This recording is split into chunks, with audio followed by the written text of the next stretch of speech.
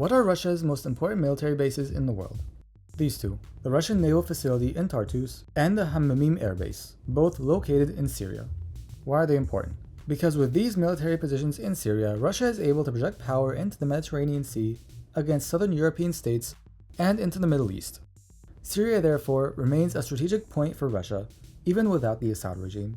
So we can see that Russia is strategically tied to Middle Eastern affairs and has a role in the region, and that leads us to ask, what is Russia's policy towards the Middle East? Let's start with Syria. One might expect that due to Russia's strong support for former Syrian President Bashar al-Assad, the Kremlin and Syria's new government would be at odds. But the reality is different. First, we need to understand that Syria will remain important to Russia regardless of who governs it, because of the Russian military bases there. Therefore, it is in Russia's interest to build relations with any Syrian administration, including the current government of Syrian President Ahmed al-Shara. And it seems that Russia is following this policy.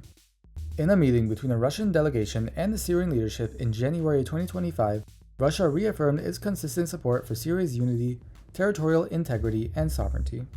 And in a phone call between Russian President Vladimir Putin and Syrian President Ahmed al-Shara, Putin reiterated the same principles and added that Russia is ready to help improve Syria's social and economic situation. But is the Syrian side ready for a partnership with Russia? President Ahmed al-Shara said that there are deep strategic interests between Russia and Syria. All of Syria's weapons are Russian, and many of our power plants are operated with Russian expertise, he added.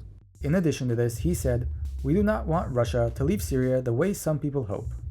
Russia could help the new Syrian government with reconstruction and development, or even in security affairs.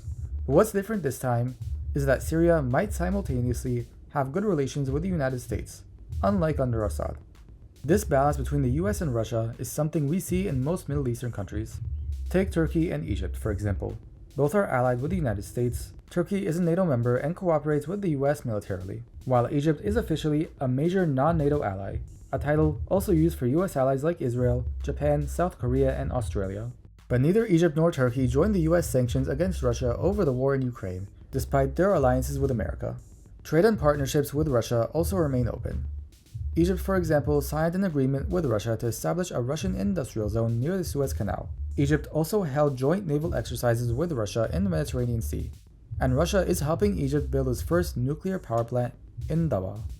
We also see cooperation between Turkey and Russia despite major tensions. Trade remains active. Many wealthy Russians invest in real estate in Turkey, and Turkish President Recep Tayyip Erdogan has met with Putin multiple times since the Ukraine war began, even though Turkey is a NATO member, and Erdogan has expressed support for Ukraine on several occasions. That being said, Turkey's role in supporting the new Syrian government, its stance on Ukraine, and its geographical position between Russia and the Mediterranean Sea all create challenges and opportunities in its relationship with Russia. From Russia's perspective, the goal is not to force Egypt or Turkey to adopt Russian policy, but to engage with them enough to avoid economic isolation and build soft power.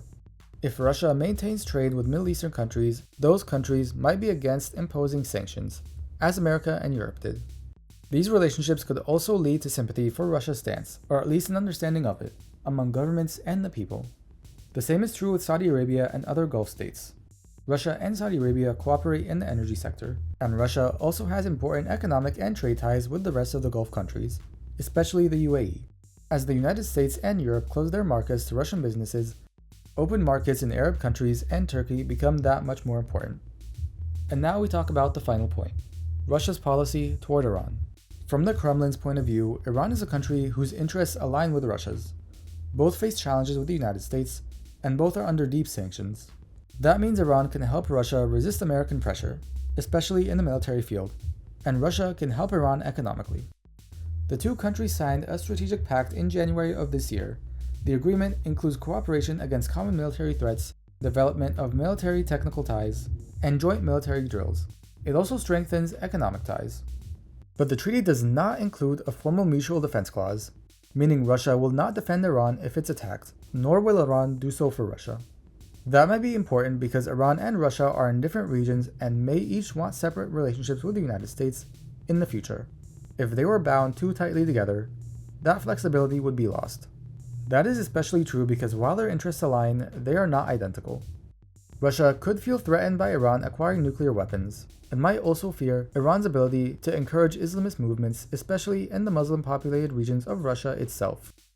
But for now, the two countries are close, and their cooperation is extremely important, at least for now.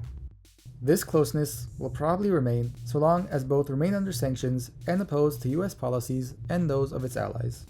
One key pillar of the Russia-Iran partnership, however, has been their shared policies towards Syria. And next week, we'll dive deeper into the nature of Russia-Syria relations. Thank you for watching.